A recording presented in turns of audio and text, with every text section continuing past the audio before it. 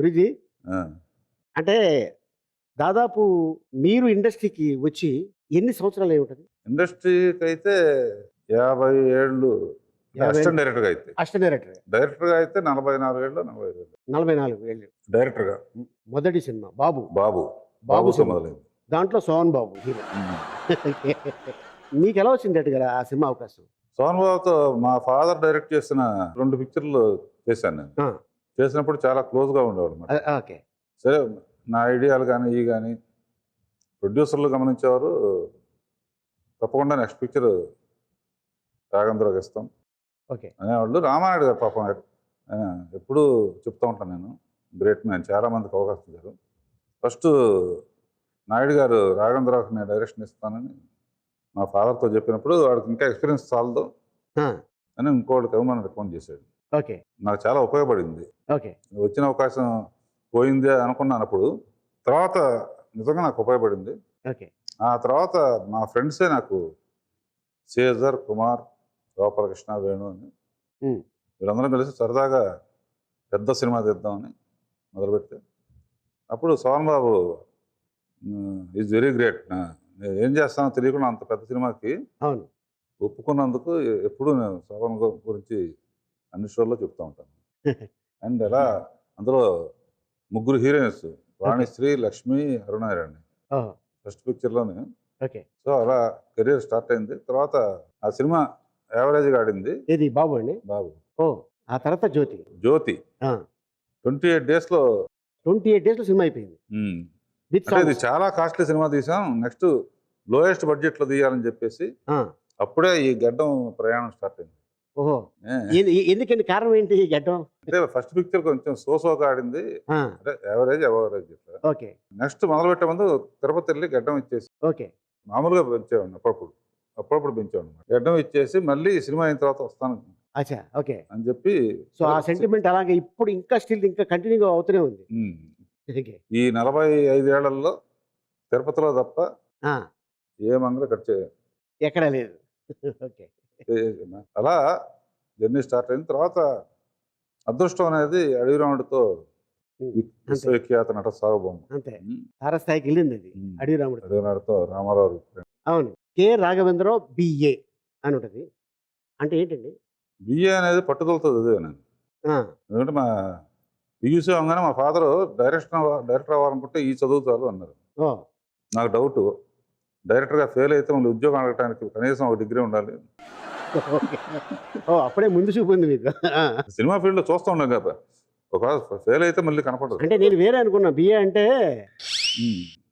తెలుసు. ఆ తర్వాత మీరేమనుకున్నారు? బిఏ అంటే బ్యాచిలర్ ఆఫ్ ఆర్ట్స్ అప్పుడు అనుకున్నప్పుడు. ఆ! ఇప్పుడు? ఇప్పుడు మీరందరూ అనుకుంటున్నారు. నేనేం అనుకోవట్లేదు. మేమేమనుకుంటున్నాం? ఒకళ్ళు అంటారు. ఎక్కువ మంది ఏమనుకుంటారో చెప్పండి బిఏ అంటే? ఎక్కువ మంది ఒకటే అనుకుంటారు. ఏమని? బొడ్డు, యాపిల్ అనుకుంటారా? అంతే. బిఎంఏ అంటే బొడ్డు మీద యాపిల్ అని. చెప్పేదేదో ఓపెన్‌గానే చెప్పు మళ్ళీ మొహమాటం ఎందుకు? ఓకే. హ్మ్. గురూజీ ఒక సినిమాకి 'కె. రాఘవేంద్రరావు బిఏ' అని లేకపోవటం వల్ల అంటే 'కె. రాఘవేంద్రరావు' వచ్చింది బిఏ లేకపోవటం వల్ల ఆ సినిమా ఫ్లాప్ అయిందంట. అది ఏ సినిమా అది? నేనెప్పుడూ నా పేరు కథ గాని, లేకపోతే ఐడియా గాని, స్క్రీన్ ప్లే గాని అన్నీ నేను చేసినా కూడా ఎప్పుడు ఉట్టి దర్శకత్వమే చేసుకునేవాడిని. ఈశ్వర్ గారు 'కె. రాఘవేంద్రరావు బిఏ' అని 5, 6 సినిమాలకేశారు. తర్వాత ఎందుకో పట్టించుకున్నాను కాదు నేను. ఆ! ఒక సినిమా బాగా ఫ్లాప్ అయింది. ఆలోచిస్తే ఉట్టి 'కె. రాఘవేంద్రరావు' అని వేశారన్నమాట. Okay. For the first time publicity గొడవ కోసం కాదు. ఆ! సెంటిమెంట్ కోసం ఈశ్వర్ గారితో వెళ్ళి ఈశ్వర్ గారు కొంచెం ఓకే. అందుకనే అప్పుడు ఒక్కసారి అడిగానన్నమాట. హ్మ్. నా పేరు వేసినా వేయకపోయినా ఏమని పట్టించుకోను నేను. సెంటిమెంట్ ఎందుకంటే నా ప్రొఫెషన్ ఫెయిల్ అయితే ప్రొడ్యూసర్ ఇంటికెళ్ళిపోవాల్సిందే. ఓహ్!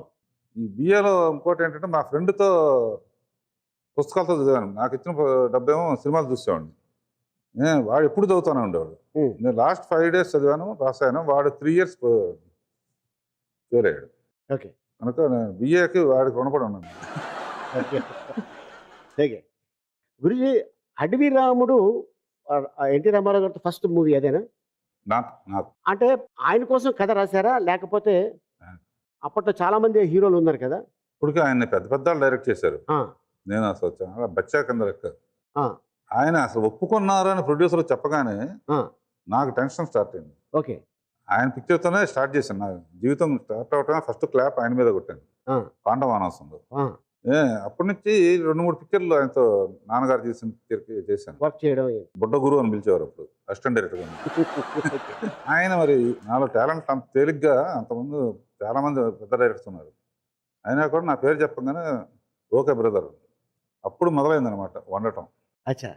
అప్పుడు రామారావు సినిమాలన్నీ చూసి, అంటే అంతకుముందు కూడా చూసేవాడిని, మళ్ళీ ఇంట్రడక్షన్స్ ఎలా ఉన్నాయి, కొత్తగా ఏం చేయాలి. అంటే సేమ్ అడవి రాముడు కథ సోమన్ బాబు గారికి మీరు ఫస్ట్ చెప్పారని అప్పుడు నేను విన్నాను. అది అది ఎంతవరకు నిజం? కాదు, కాదు, రామారావు గారి కోసమే కథ తయారు చేస్తారు. సోనరావు సైకిల్ ఎక్కాలి, రామారావు ఏనుగెక్కాలి. ఓహో. అంటే ఆడియన్స్కి ఏం కోరుకుంటారో అది చేయాలి. కానీ సో అందుకోసం దేవత సినిమాలో ఆ. సోమన్ బాబు గారికి సైకిల్ ఎక్కించారు.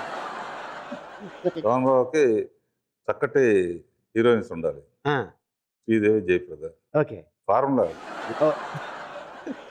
అడవి రాముడు చాలా మంది ఆర్టిస్టులు అండ్ అలాగే దాంట్లో యానిమల్స్ ఆటలతోటి చేయించడం అంటే చాలా కష్టం.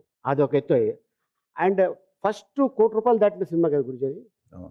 అంటే తెలుగు ఇండస్ట్రీలో అవును. అంటే వసూలు చేసింది. వసూలు చేయటంలో చరిత్ర. ఆ, అప్పుడు ప్రొజెక్టర్సే కదా, రీళ్ళు అవును. కంటిన్యూస్గా ఆపరేటర్ ఇంటికి వెళ్లకుండా మనుషులు మారుతారు తప్ప రీల్ ఆగలేదు అనమాట. అది ఇప్పుడు వరకు జరగని చరిత్ర. అది ఓకే. ఆపరేటర్స్ మారుతారు తప్ప, అంటే కంటిన్యూస్గా వస్తున్నారు జనం, అంతే. అది ఆగితే కొడతారు. ఓహో. అందునే కంటిన్యూస్గా జరిగారు.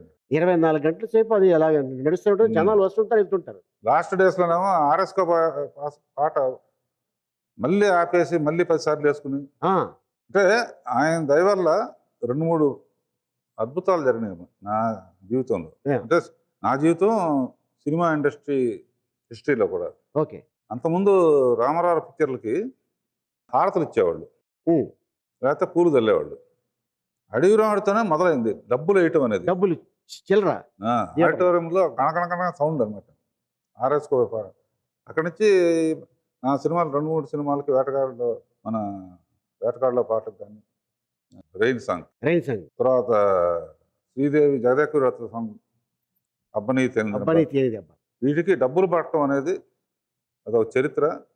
వేటగాడు సినిమా రీమేక్ చేస్తున్నప్పుడు జితేంద్ర వచ్చి సంధ్య థియేటర్ చూశాడు.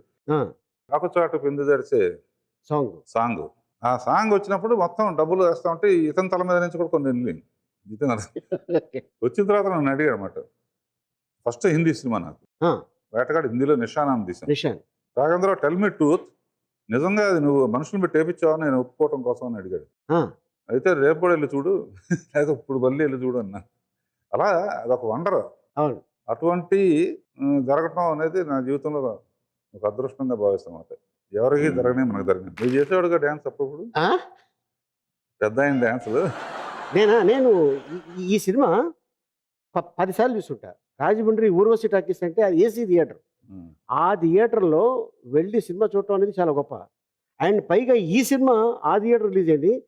ఈ సినిమాకే నాకు ఒక ప్రాబ్లం జరిగింది. అదేంటంటే మగాళ్ళ లైన్లో వెళ్ళేవాడిని, ఇచ్చేస్తున్నా టికెట్ ఇచ్చేస్తున్నాడు, లోపల మూసేవాడు, అయిపోయింది టికెట్. అబ్బా, మళ్ళీ రెండో రోజు మళ్ళీ ఇచ్చేస్తున్నాడు టికెట్ అని లోపల మళ్ళీ మూసేవాడు.